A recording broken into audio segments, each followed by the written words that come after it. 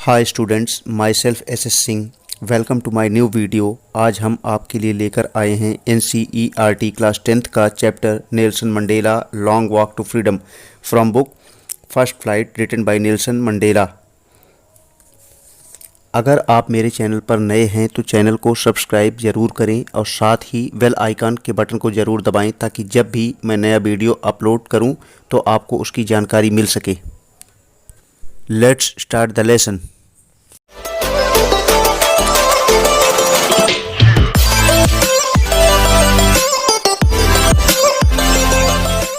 10th May dawned. It was bright and clear. Many world leaders had been coming to the author to pay respect to him. It was before the inauguration. The inauguration was to be the largest gathering of the world. 10 मई आ गई थी। दिन बहुत ही साफ सुथरा और चमकीला था। दुनिया भर से काफ़ी नेता लेखक को बधाई देने आ रहे थे। यह उद्घाटन से ठीक पहले था। इस उद्घाटन में बड़े बड़े नेता इकट्ठे हो रहे थे। माय डियर स्टूडेंट्स, इसमें नोट करिए, एक वर्ड है डॉन्ट। डॉन्ट का मीन्स होता है आ जाना, और इनॉग्रेशन जिसका मतलब होता है उद्घाटन। The inauguration ceremony took place in a big open building in Pretoria. Here the South Africa's first democratic non racial government was to be installed. Pretoria के एक बड़े मैदान में उद्घाटन कार्यक्रम होना था। यहाँ पर दक्षिण अफ्रीका की प्रथम गैर जातीय सरकार का गठन होना था। माय डियर स्टूडेंट्स, यहाँ पे एक वर्ड है नॉन रेशियल गवर्नमेंट जिसका मतलब होता है गैर जातीय सरकार।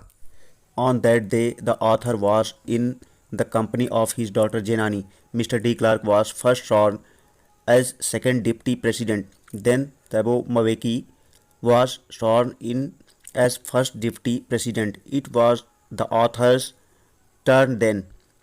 He was sworn in as president. He pledged to obey and uphold the Constitution.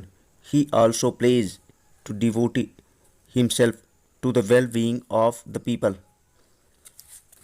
उस दिन लेखक अपनी बेटी जेनानी के साथ था। सबसे पहले मिस्टर डी क्लार्क को दूसरे उपराष्ट्रपति की शपथ दिलाई गई। फिर थबो मवेकी पहले और उपराष्ट्रपति की शपथ दिलाई गई। तब लेखक की बारी थी, उसे राष्ट्रपति की शपथ दिलाई गई। लेखक ने संविधान की रक्षा करने और उसे मानने की शपथ ली। उसने जनता के भलाई के प्रति अपना लगाव रखने की भी शपथ ली। स्टूडेंट, यहाँ पे एक वर्ड देखने को मिला है शॉर्न, जिसका मतलब होता है शपथ। The author spoke of a new born liberty. He thanked all the international guest. He said that they had come there to be with his countrymen. It was the common victory for justice, peace, and human dignity. He pledged to liberate his people from poverty, suffering, and discrimination. लेखक ने नई जन्म ली हुई स्वतंत्रता के बारे में बोला। उसने सभी मेहमानों का धन्यवाद दिया। उसने कहा कि वह उनके देशवासियों के साथ होने के लिए वहां आए थे। यह न्याय, शांति और मानव सम्मान के लिए और विजय थी। उसने अपने देशवासियों को गरीबी, दुख और भेदभाव से स्वतंत्र कराने की शपथ ली। स्टूडेंट, यहाँ पे ध्यान दीजिए, एक वर्ड आया है लिबर्टी जिसका कि मतलब होता है स्वतंत्रता, और डिस्क्रिमिनेशन जिसका मतलब होता है भेदभाव। After a few moments colourful South African jets and helicopters flew over the union building there. It was for military's loyalty to democracy for a new government. Then the highest military generals, having medals on their chest, saluted the author. He thought that they would have arrested him many years before. कुछ क्षणों उपरांत south African fighters, jet and helicopters union buildings के ऊपर से उड़े। यह प्रजातंत्र के प्रति मिलिट्री की वफादारी थी, और छाती पर लगे हुए बड़े बड़े मिलिट्री के उच्चतम तबके जिन्होंने लेखक को सलाम किया। लेखक ने सोचा कि इन्होंने उनको काफ़ी वर्ष पहले गिरफ्तार कर लिया होता। स्टूडेंट, ध्यान दीजिए, यहाँ पर एक वर्ड आया है लॉयल्टी। लॉयल्टी जिसका कि अर्थ हिंदी में होता है वफादारी। The day was symbolised for the author by playing of two national anthem. The white sang Nkosi Sikelel and black sang Die Stem. These formed the old anthem of the republic. लेखक के लिए दिन को दो राष्ट्रीय गानों द्वारा प्रतीकात्मक किया गया। गोरों ने नकोशी सिकेलल गाया और कालों ने डाई स्टेम गाया। यह गणतंत्र के पुराने गान थे।